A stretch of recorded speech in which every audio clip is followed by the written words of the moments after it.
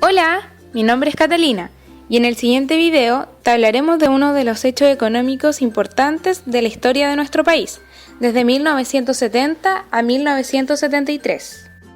La historia comienza con la creación de la Unidad Popular, que fue la unión electoral de partidos políticos de izquierda de Chile. Se formó en octubre de 1969 con el propósito de las elecciones presidenciales de 1970, en donde se llevó al poder a Salvador Allende.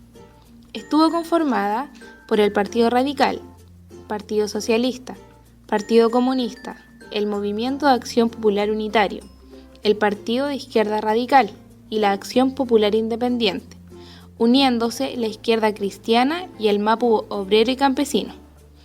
El 4 de septiembre de 1970 se realizan las elecciones presidenciales que tuvo como protagonistas a tres candidatos: Salvador Allende, Jorge Alessandri, candidato de la derecha, y Radomiro Tomic, representante de la democracia cristiana. Como resultado, sale electo el representante de la recién creada Unidad Popular, el cual obtiene la mayoría relativa con el 36,3% de los votos, seguido por Jorge Alessandri, que obtiene el 34,9%, y Radomiro Tomic, que logra el 27,8% de los sufragios. Cabe destacar que Salvador Allende ya había sido candidato a la presidencia en ocasiones anteriores, pero es con la Unidad Popular cuando llega al éxito. Las propuestas económicas de la Unidad Popular era hacer cambios estructurales, los cuales irían en beneficio de los trabajadores, en general, campesinos y pequeños empresarios. Los objetivos políticos del gobierno de Salvador Allende era establecer un Estado socialista. El propósito declarado era el establecimiento del régimen más democrático de la historia de Chile, a través del traspaso del poder desde los grupos dominantes a los trabajadores. Para ellos, los trabajadores chilenos tendrían que adquirir poder real y usarlo efectivamente. El propósito de los cambios estructurales era superar el capitalismo. Lo que estaba en juego era el reemplazo de la estructura económica imperante por la construcción del socialismo. Las reformas estructurales de la Unidad Popular abarcan un amplio rango: nacionalización de los principales recursos del país, como es la gran minería del cobre, el carbón, salitre, hierro y acero; expansión del área de la propiedad social a través de la estatización de las empresas industriales más grandes; estatización del sistema bancario; control estatal de las principales firmas mayoristas y distribuidoras; intensificación de la reforma agraria, la cual ya había comenzado bajo el gobierno de Frei Montalva, bajo el lema "La tierra para el que la trabaja". El programa reformista del gobierno buscó la modernización del mundo agrario mediante la redistribución de la tierra y la sindicalización campesina. Entre 1965 y 1970 fueron expropiados en todo el país 1.319 predios con un total de 1.400 hectáreas. El nuevo gobierno de Salvador Allende continuó el proceso de la reforma agraria utilizando los instrumentos legales promulgados por el anterior gobierno, con el fin de expropiar todos los latifundios y traspasarlos a la administración estatal, cooperativas agrícolas o asentamientos campesinos. En síntesis, las reformas estructurales se dirigían a depositar el control de los medios de producción en manos del Estado, y para ello se planteó la tesis de las tres áreas de la economía: privada, social y mixta. El área social en particular se formaba con las empresas estatales existentes hasta entonces y la incorporación de un reducido grupo de compañías que ejercían altos grados de monopolio en el mercado o que tenían importancia estratégica para el desarrollo del país. En el año 1970 la economía se mantuvo y se calificó como un año exitoso bajo el gobierno de la Unidad Popular. Las cifras fueron las siguientes. La tasa anual del crecimiento llegó al 3,6%. La inflación llegó al 36,1% en 1970. El desempleo nacional tuvo una tasa de 5,7% y el incremento anual de los salarios reales fueron del 8,7%.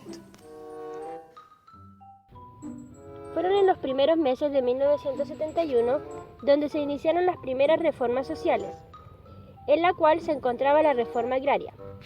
Aquella se originó en el año 1962 con la presidencia de Jorge Alessandri, con las primeras leyes dictadas, donde se inició con la repartición de 835.118 hectáreas de tierra, continuando su desarrollo en el periodo de Eduardo Frei, destacando con el lema "La tierra para el que la trabaja".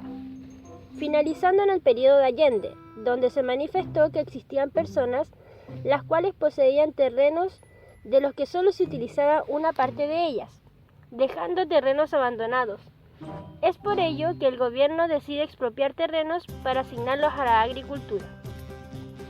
Lo negativo de esto fue la manera que utilizó el gobierno para extraerlas. Fueron irracionales y la implementación fue de manera radical.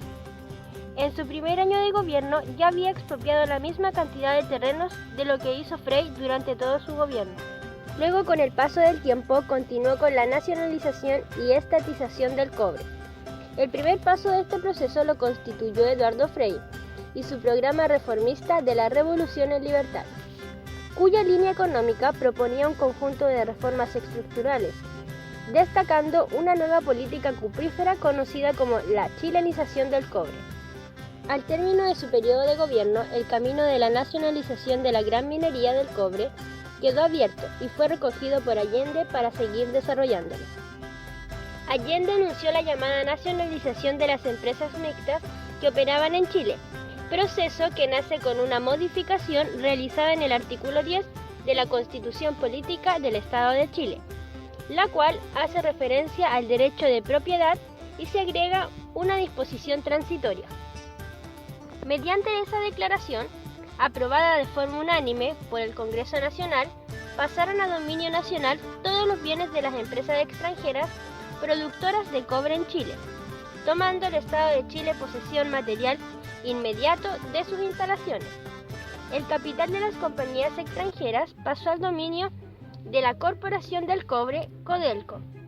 También se crean las sociedades colectivas del Estado, continuadoras legales de las campañas nacionalizadas. Este proceso se consolida al declarar que la inscripción de los yacimientos a nombre del Estado facilita el gobierno para que por medio de la ley se dispusiera la organización, explotación y administración de las empresas nacionalizadas y que solo podrán enajenarse o constituirse derechos de explotación sobre concesiones mineras.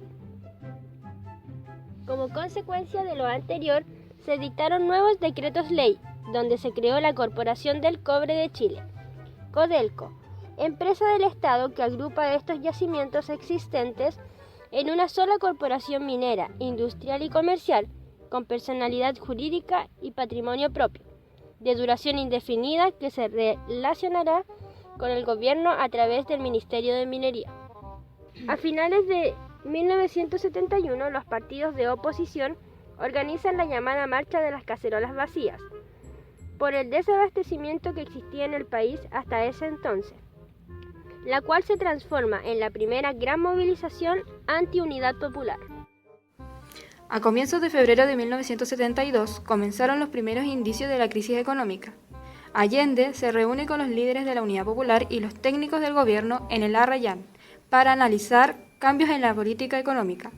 Los temas a tratar principalmente fueron los resultados económicos, el bloqueo de Estados Unidos y la baja del precio internacional del cobre. En agosto comienza la oposición a rebelarse contra el gobierno, mostrándose, por ejemplo, la huelga de los comerciantes minoristas y empresarios del transporte y acciones del grupo de extrema derecha Patria y Libertad que se unen con acusaciones en el Parlamento. En septiembre, la Kennecott, empresa estadounidense de minería que operaba en Chile, amenaza con el embargo de cargamentos de cobre con destino a puertos extranjeros. A principios de octubre de 1972, el gremio chileno de camioneros decidió paralizar sus funciones de norte a sur, teniendo en pleno conocimiento el quiebre que produciría en el gobierno de Allende. Fortalecidos con casi $2 millones de la CIA, la Asociación de Transportistas y otros comenzaron el inicio del fin. También el gobierno decreta estado de emergencia y se constituyen los llamados cordones industriales y comandos comunales para disminuir las consecuencias de las huelgas y defender al gobierno. En noviembre se supera la crisis con el ingreso de los militares al gabinete, en donde el general Prats es el ministro del Interior y participan máximos representantes de la CUT. Llegando al final del año 1972, Allende inicia una gira por diversos países principalmente socialistas, como Perú, México, Argelia, la URSS, Cuba y Venezuela, Gracias a las conversaciones con los países socialistas, obtiene respaldo político y cierta ayuda económica. No obstante, se agudiza la crisis económico-social.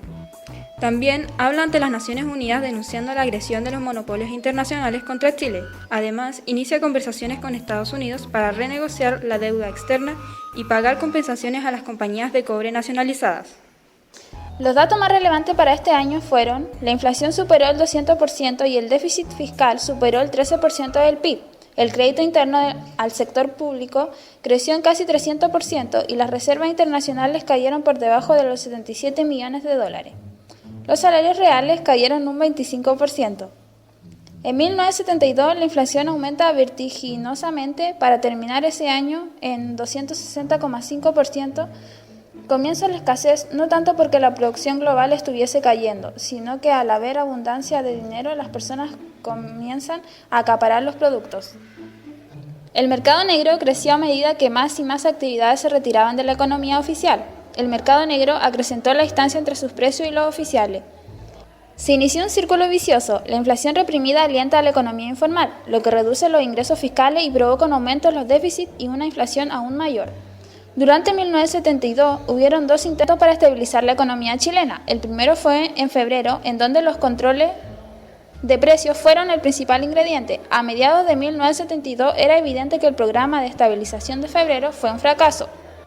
En agosto fue el segundo intento, bajo el monitoreo político del Partido Comunista de Chile. Esta vez no solo los precios estaban controlados oficialmente, sino que los canales de distribución serían asumidos por el gobierno, en un intento por reducir la expansión del mercado negro.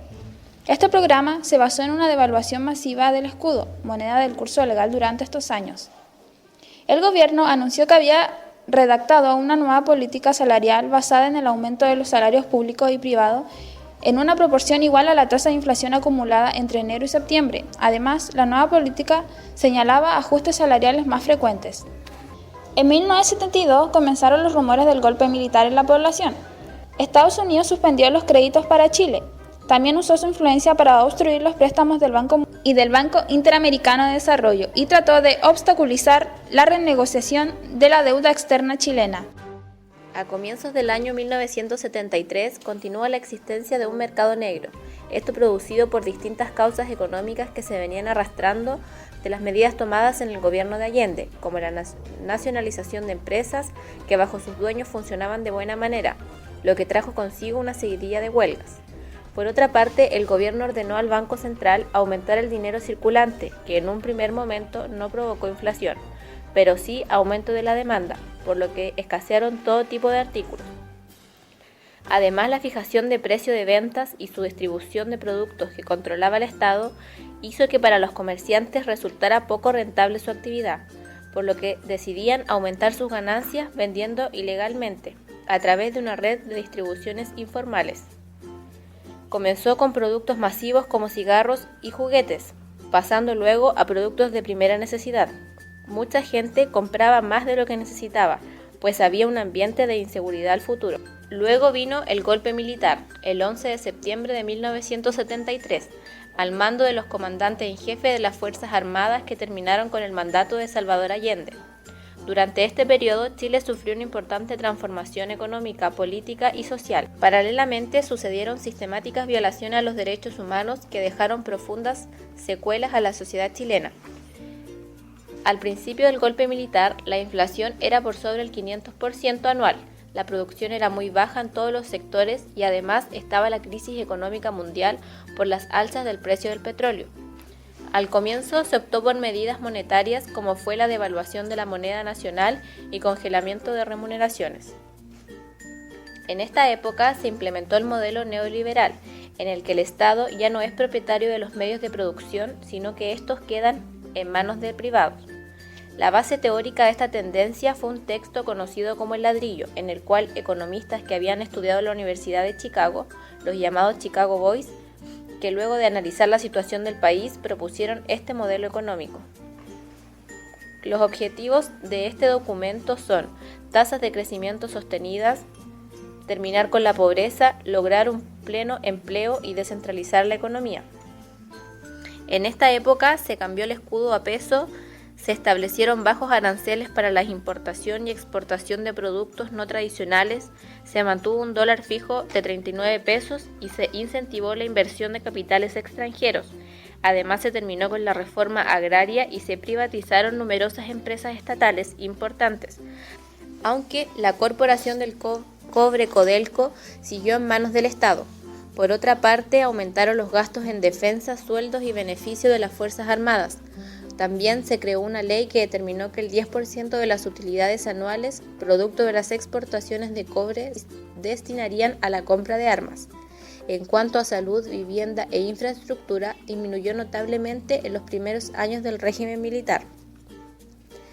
Fuera de que este fue un difícil momento, los últimos años del régimen militar dejaron una economía sólida y con proyecciones de desarrollo.